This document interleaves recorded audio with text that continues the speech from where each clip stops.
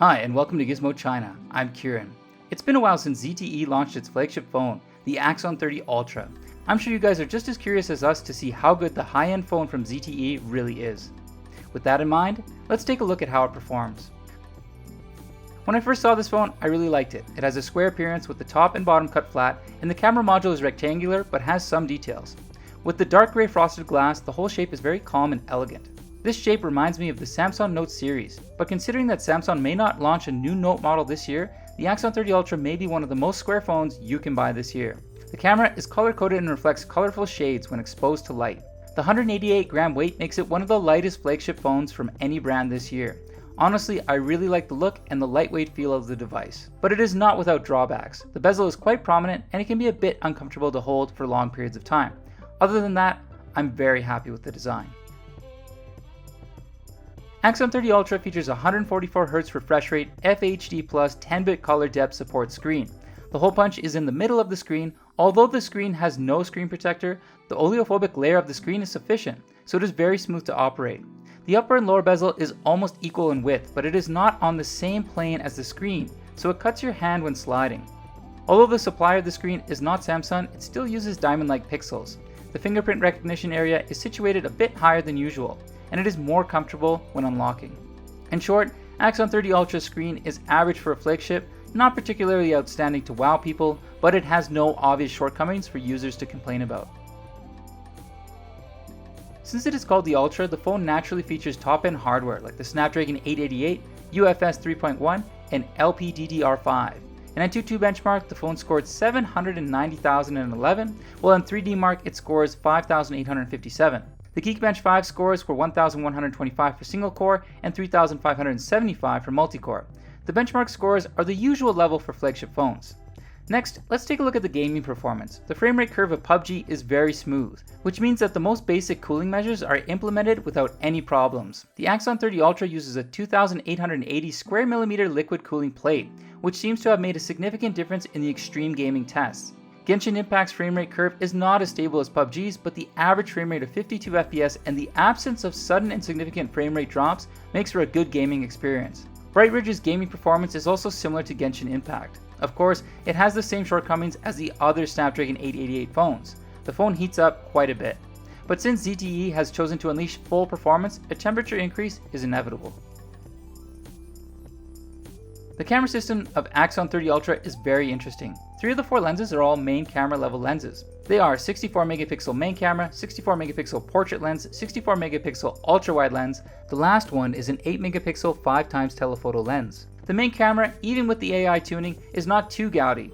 HDR is moderately strong, the details are plentiful, the white balance is stable, and the finished photo style is one of the type that is stable without mistakes. At night, AXON 30 Ultra's auto mode is not integrated any night mode algorithm. So you can see that the auto mode photos are faithfully restored to what the naked eye sees, and the dynamic range of the photos is relatively small. However, once the night mode is turned on, all aspects of the photos are improved tremendously. The noise is also less while retaining details, which already belongs to the first tier level of flagship phones. The ultra-wide camera has basically the same tuning as the main camera. However, because the hardware is weaker than the main camera, the exposure in low lighting scenes is also a bit darker and there will be more noise. The AXON 30 Ultra's portrait lens is not the same kind that other phones use to assist with bokeh. Rather, it is called a portrait lens because it is close to the equivalent 35mm focal length. However, to take 35mm equivalent photos, you need to manually slide the adjustment to 1.3 times, or switch to portrait mode to achieve it. The default mode gives you a 2x zoom button. The bokeh algorithm is not very effective if the portrait mode is not a human subject, so generally I use this lens as a 2x telephoto. This lens works very well at 2x zoom, and the results at night are not bad. In addition to the noise limited by the hardware, exposure has been at par with the main camera. The last 5x telephoto lens performs well in the daylight, but at night when the lighting goes down, the image may turn out to be blurred. Plus, it doesn't have night mode, so it's better to avoid using it if the light is too low. I think the advantage of the AXON 30 Ultra's image system is that it has a full range of focal length, so you can choose the right focal length to compose a picture, no matter how close or far. This is very friendly for photography enthusiasts. Because all three lenses are at the main camera level except for the 5x telephoto, they are all able to record 4K 60fps video. The main camera can support up to 8K 30fps video and can also record HDR video. 5x telephoto intelligently records up to 1080p 60fps video with strong image stabilization. It is a phone with very good video recording features. AXON 30 Ultra's new pre-installed system, MyOS 11, is also a change from the previous design. The UI and icons have become more youthful and vibrant, and the animations are smooth. If you've used the global version of MIUI or other Chinese branded custom Android OS, MyOS is very similar to them. But unfortunately, the global version of MyOS 11 is less functional than the Chinese version. For example, the streamlined desktop on the Chinese version is not present on the global version, which is a pity. AXON 30 Ultra supports up to 65 watt of charging power. The charger is included in the box, and it is worth mentioning that the charging interface is Type-C. And the charging cable sent is also USB-C to C. And this 65 watt charger is very small and supports PPS, which is considered to be a better overall quality of the charger that comes with the box. Charging speed is okay. 10 minutes gets you to 28%, 30 minutes to 64%, and 52 minutes to fully charge the device.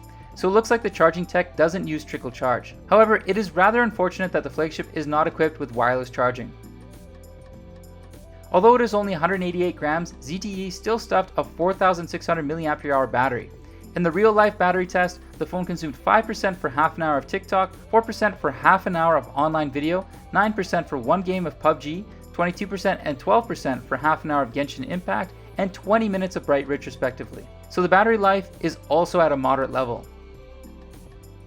The AXON 30 Ultra is undoubtedly a very well-balanced flagship phone that has almost no special shortcoming. But if you look at it the other way, it doesn't have any obvious strengths either. Perhaps the squarish design, the dominant appearance, and the complete range of focal lengths are its most prominent highlights.